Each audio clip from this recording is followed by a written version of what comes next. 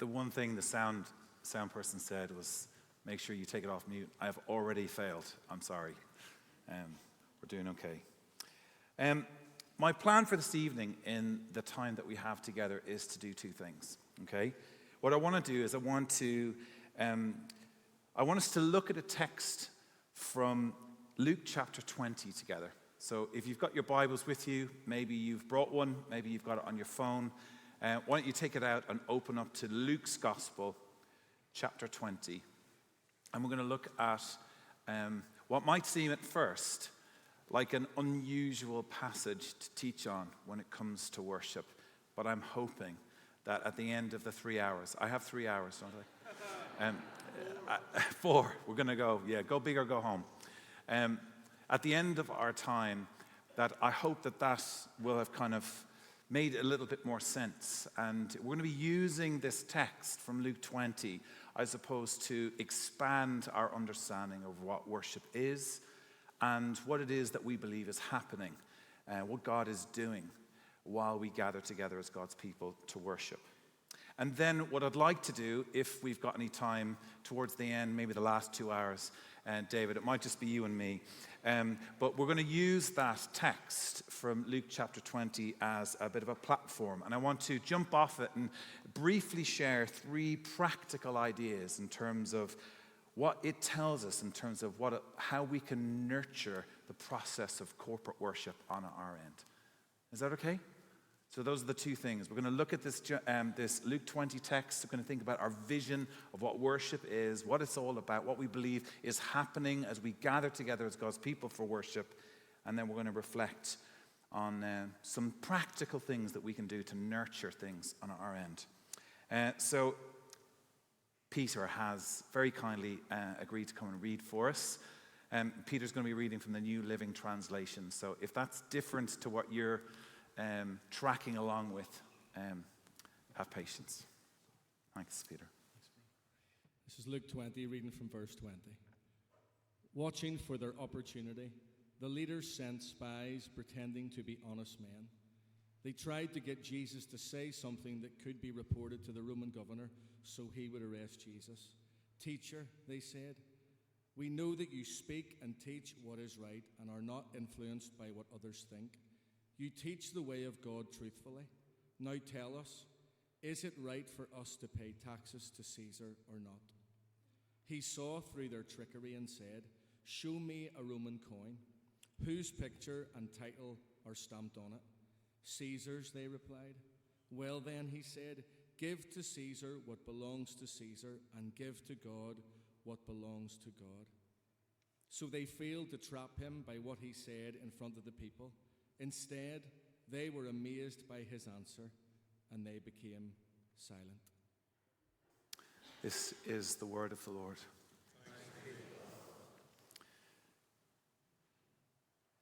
I said a moment ago, Luke 20 isn't well known for being a go-to text when it comes to teaching on worship, about worship. But there's lots of wisdom in here. 4 words in particular standing out for us. Why don't you jump to verse 20, right at the beginning of our text. It sets the scene so brilliantly. Enkathatos is the Greek word that Luke uses here for spies. It means someone who's been paid to lie in wait or to set an ambush, which is exactly what's going on. If we track through the rest of the text, we can see, I would say, that their intentions weren't exactly pure. They were trying to trick Jesus, trying to trip him up.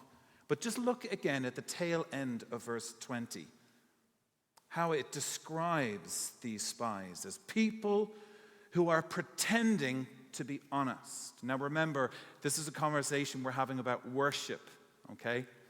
People who are pretending to be honest, which is, I would suggest, an important idea for grappling with the text as a whole and our conversation about worship tonight. So authenticity, the value of being real, is an important part of the message that Jesus is wanting to bring to us.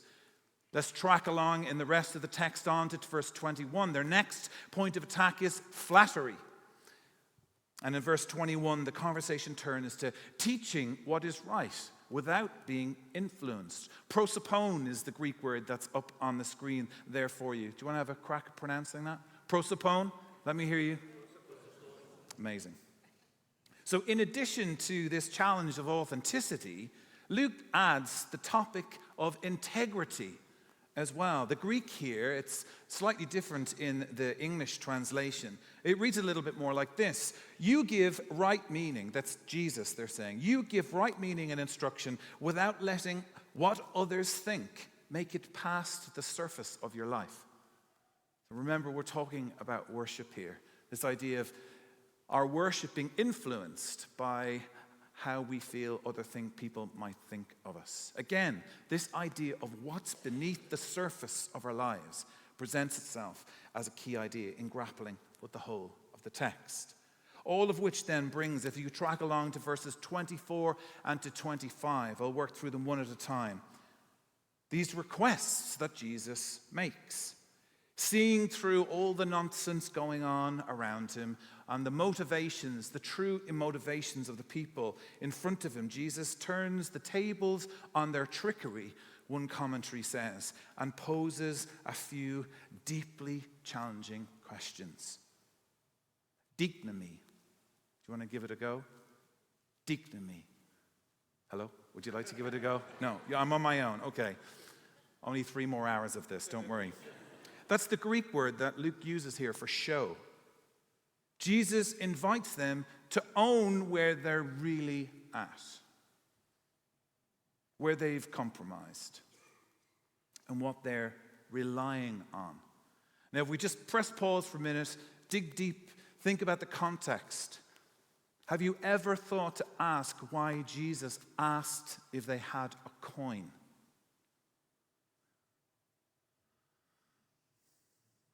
They weren't meant to have one. They were actually forbidden to carry it on them. It had Caesar's face on it.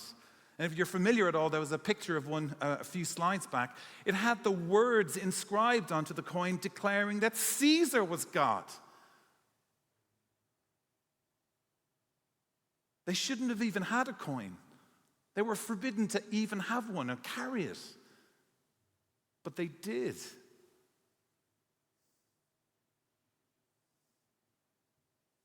They were carrying around another currency altogether that they shouldn't have. Does that sound familiar?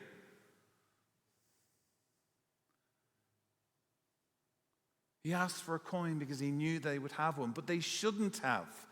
There was things that were in their lives, things they were relying upon that weren't consistent with what he wanted for their lives, what God would expect and want of his people. Jesus' point is that their lives and their worship as a result lacked authenticity, integrity, and holiness, as it turns out. All, again, important things, I think, to track with in terms of a growing understanding of what worship is fundamentally all about. Their lives were under another influence. And to make matters worse, they couldn't even see it. Can anyone resonate with the struggle of our lives being under another influence? It's just me. I'll break eye contact and move on. So, a couple of questions at this point. I wonder what ways of thinking and living we carry around that we ought not to. Metaphorically speaking, what coin we have that we shouldn't, in terms of understanding our identity. Are there narratives we're listening to and putting in the place of what God says about who we are?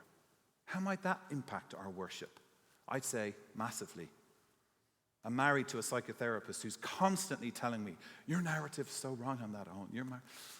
And the more I look for it in the scriptures, I think it's hugely important we understand as God's people who God says we are. It's hugely empowering. And that's one of the reasons we need to look to and rely on the scriptures. Another question, what kind of things come between us and God that impact on our worship? I'm not just talking about how comfortable or confident we feel about singing songs together. Where do we look for security and strength instead of relying on God? Not easy questions to answer at all. Jesus' antidote to the diagnosis, it comes in the form of this call in verse 25 to give. Just turn to it there. Apodidomi is how you pronounce the Greek word on the screen. It's very interesting. It doesn't just describe an exchange, like if I were to walk down and give Peter the Bible that he put up here, if I give that back to him. That's not what apodidomi means in the transactional sense. We're understanding worship. If I give this to God, he might give that to me. As if we worship in a transactional sense of trying to secure a future. Trying to make sure that we're on the right side of this God that maybe we're afraid of, maybe we don't really fully know yet. But this word that Luke uses here, it infers something much deeper. It speaks of something being repaid. You might see it on the screen there. Of homecoming, of restoration and fulfillment. Of something being returned to where it belongs. So when Jesus says here to give to Caesar what is Caesar's and give to God what is God's, there's something much bigger going on here. What does it mean for us as the church to give back to God what belongs to God? Here's another question. What belongs to God?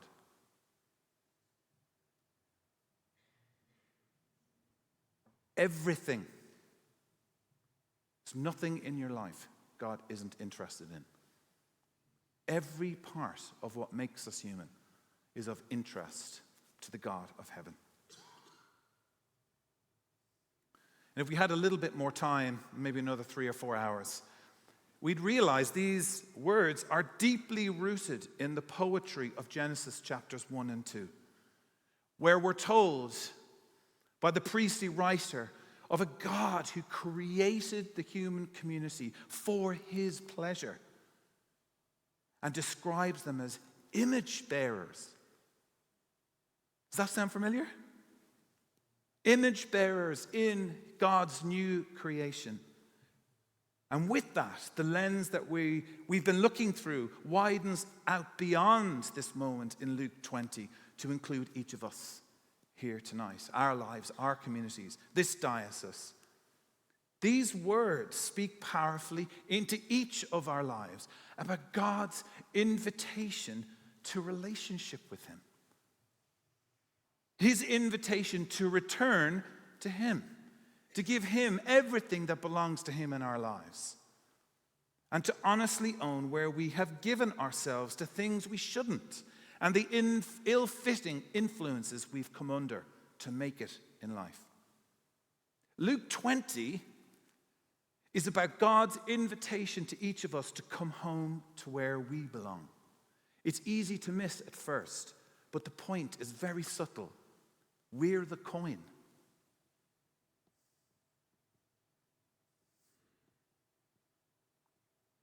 Turn to your neighbor, not in a weird way now, but just look at them and say, you're the coin. I think he means you.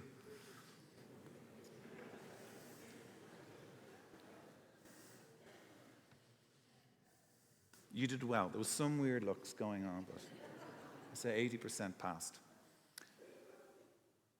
One of the things as we move away from the text for a few moments, one of the things, I suppose, if there's one thing that you take away from these ramblings of mine, let it be this. You have been made by God and for God. Made with the unique capacity of knowing and loving God. That's true of everyone here. Whatever kind of a week you've had, whatever's going on in your lives at the moment, whatever's going on in your workplace at the moment, whatever state your marriage is in, whatever the last thing you looked at on the internet before you came out tonight, it doesn't matter. You're known by God, loved by him, and you've been made with a unique capacity for relationship with him. When we gather together as God's people, That's one of the things that is beating there at the heart of it all. I once heard this amazing, it's a true story, about a Christian family in Malaysia whose son left their home in the countryside for the wildlife of Bangkok. And at first he was horrified by everything he saw happening in the slums. But within a few years he had given in and himself had risen to the top of a criminal gang. His years of success were short-lived though. A competitor tried to murder him, and when he was retaliating, he got caught by the authorities and arrested. He got early release for selling out. They're here in the building. He got early release for, basically, he ratted on all of his friends. And sitting in his home on a rubbish dump one night, he remembered the last thing that his father said to him. They're here on the screen. True story. As they hugged each other, his father whispered the words that you can see on the screen. I am waiting for you. But would his father still be waiting for him after everything that he had done? Would he still receive him after turning his back on all that he'd been taught about the love of God? So he hatched a plan and he wrote a letter. He shared it with me. Here's how it went. Dear Father, I want to come home. But I don't know if you will receive me after everything I've done. I've made so many mistakes. Please forgive me. On Saturday night, I will be on the train that goes through our village. If you're standing there waiting for me, will you tie a piece of cloth to the branch on the tree in front of our house? And if I see the cloth, I will get off at our stop. If not, I will stay on the train and keep going down the track. As the train got nearer to the village, he was filled with anxiety. What would he do if there was no cloth on the tree? And when he couldn't stand the pressure any longer, he poured his heart out to the person he was sharing a carriage with and asked them to watch for him while he buried his face between his knees. Can you see it, sir? The son asked. Can you see a tree with a piece of cloth on a branch? Young man, the passenger answered. He has covered the tree with cloth. The son could hardly believe his eyes. Not only was the tree covered, but in the front garden, his father was jumping up and down, waving a huge piece of cloth, and started running beside the train. When the train stopped at the station, the father threw his arms around his son, tears of joy pouring down their faces as they looked into each other's eyes. The father said, I am waiting for you. This story, like our Luke 20 text, taps us back into the core belief we act on when we worship. The heart of the gospel isn't just that something is true. The heart of the gospel is that someone is there, waiting, longing. What is it that the psalmist of Psalm 23 ends with? Surely your goodness and unfailing love will pursue me all the days of my life. We're the coin. Now, you had a chance to do this in a non-weird way. Look at the person beside you and tell them, you're the coin.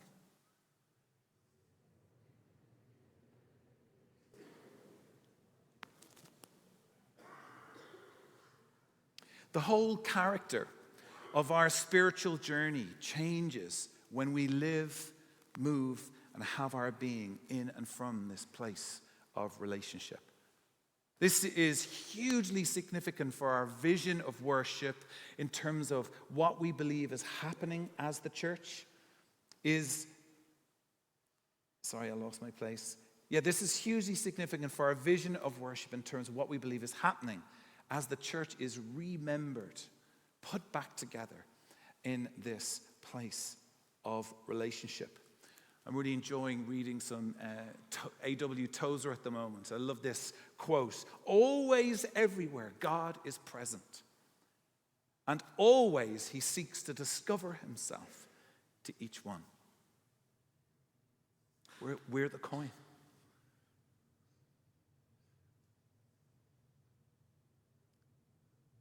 There's not one person in this room that this isn't true of. God knows you and sees you and seeks to discover himself to you tonight. It's one of my favorite parts of our liturgy in the Church of Ireland as we come to the Lord's table, to be remembered as we remember. And those of us who have this special opportunity to lead people in that moment of worship, cry out over the church, the Lord is here.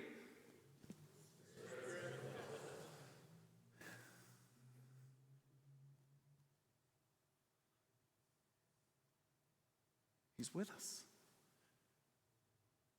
Not just on Sundays, not just at Eucharist, but now, even now, this evening. The Spirit of God is here with us. Amen? Do we get that? The Spirit of God is here, pursuing us, following after us, drawing us to himself. This is hugely helpful perspective.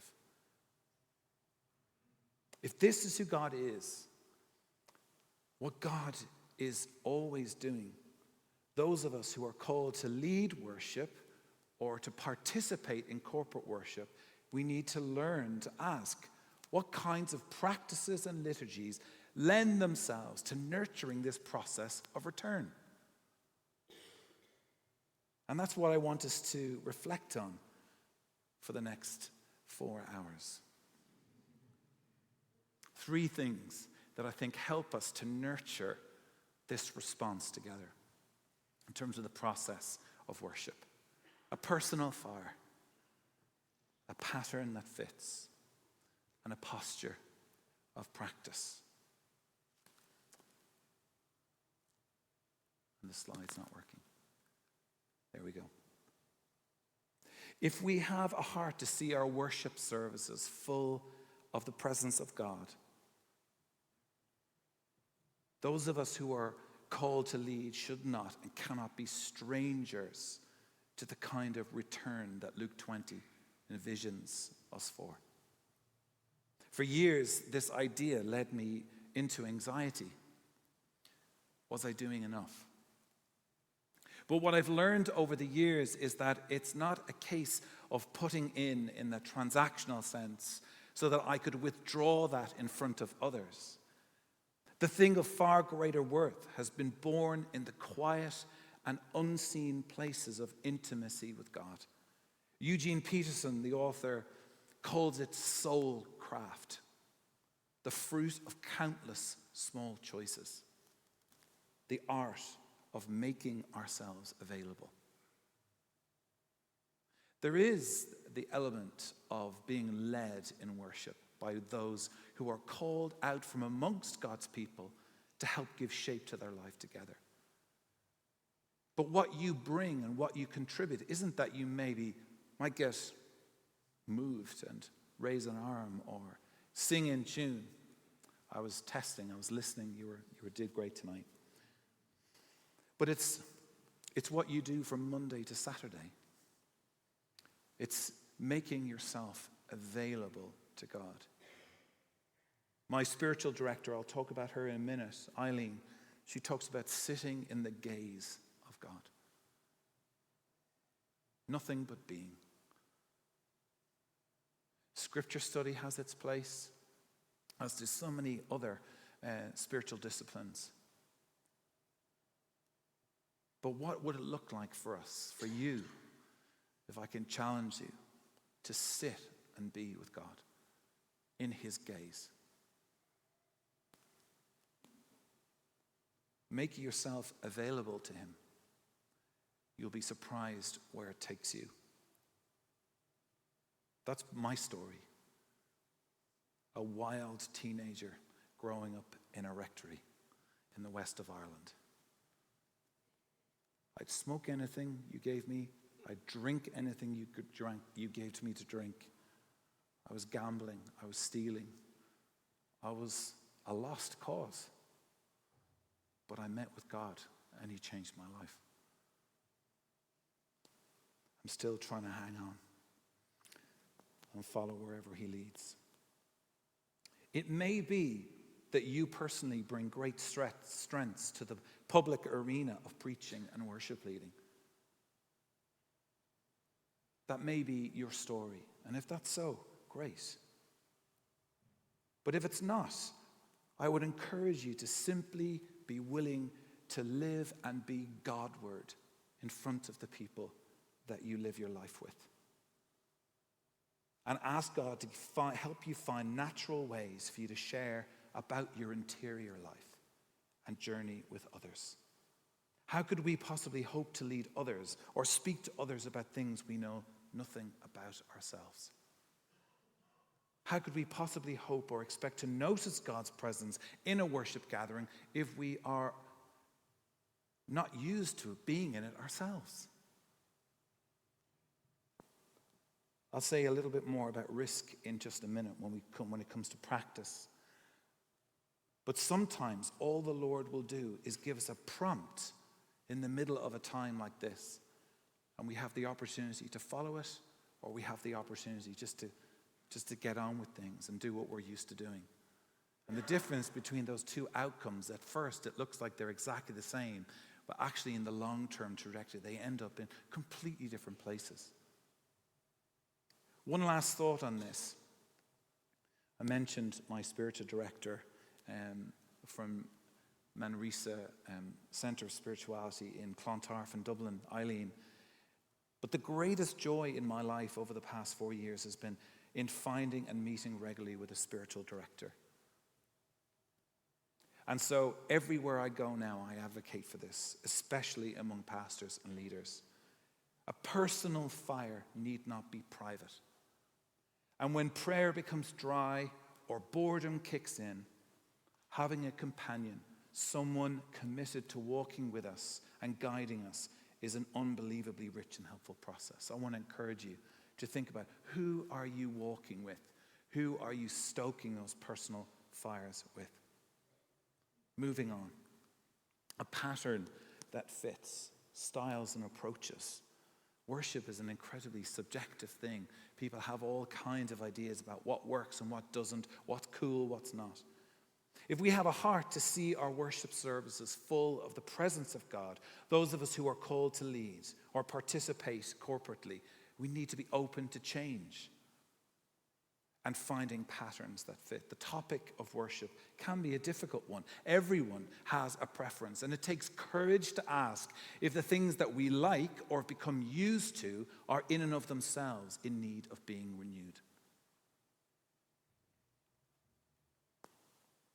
By all means, particularly those of you who are called to church leadership, to lead. I'm not advocating for throwing out the baby with the bathwater. But we also need to make room for others. We need to learn how to delegate, to allow others to contribute, to lead, and put their own mark on things.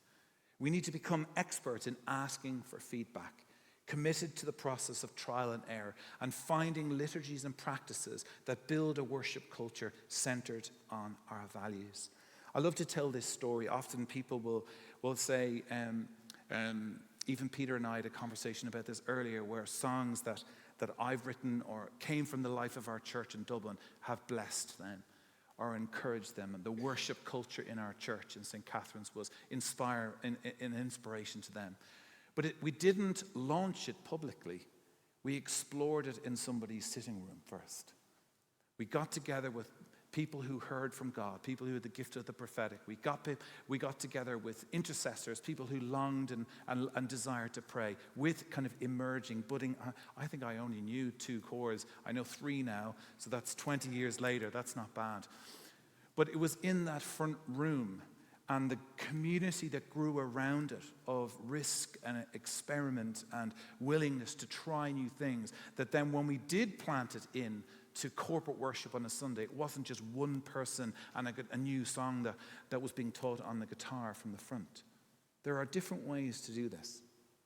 And I want to encourage you to think about not just what new things you might want to integrate into worship, but who it is that you want to sow that with, and where you could experiment with it before bringing it before the church. I think there's wisdom in that. Lastly, a posture of practice. This is fundamentally, for me, it's about expectancy and risk.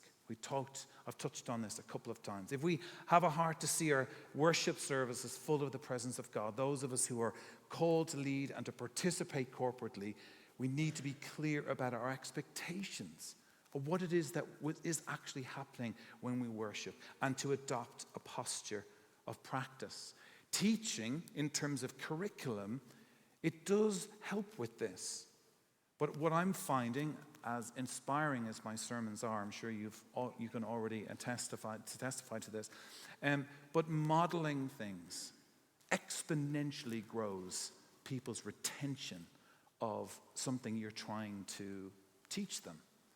So instead of just saying we're going to learn to do something new in worship and then talking about that and teaching into it, that there's biblical precedence for it, actually I think we need to get better at modeling it and almost coaching the church into these things, and not be afraid of what that might do to the flow of a service, of a worship service.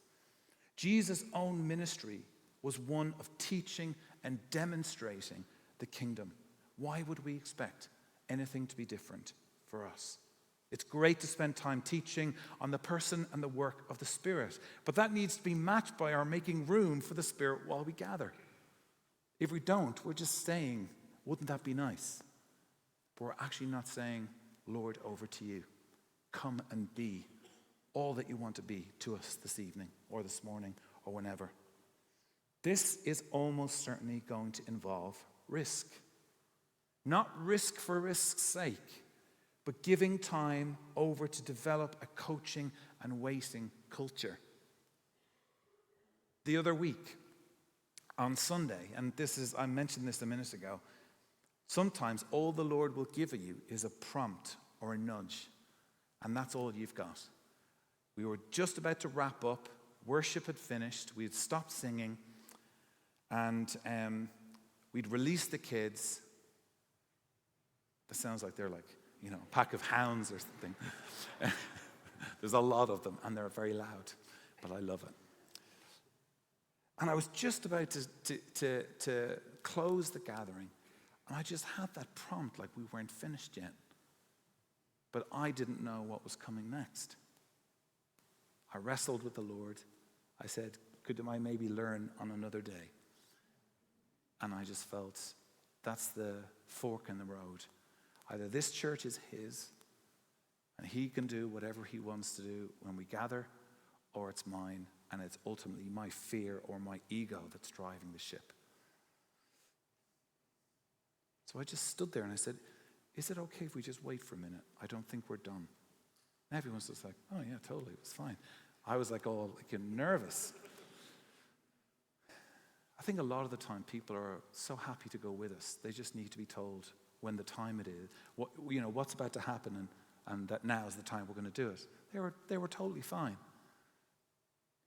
And this beautiful thing happened. This lovely member of the church came up with his newborn, Kezia, in his arms. And he shared this sense of what he thought the Lord was saying. And then he sat down, and we just waited. And another member of the congregation came up, and they said, I just really feel like God is saying this to somebody tonight. Now, 20, 25, 30 years ago, that was an everyday occurrence for us. That was the water we swam in. But what I'm realizing more and more is that I would say there's more people in the church that are uncomfortable with that than they are that that's normal. This is about, remember, our worship services being filled with the presence of God. That means that homecoming and return is what the Spirit is doing. So inevitably, what's going to happen is that there may be moments where, what God is doing is not what we've planned. And it's just about trying to grow in our ability to experiment with those things, to explore them. The bottom line is that if I hadn't waited, we would have missed out. What does that look like for you? To make space in your worship services for God to do what he wants to do. So those three things, I think, help us to nurture this on our end. A personal fire, a pattern that fits, and a posture of practice. Would it be okay if we stand together for a minute?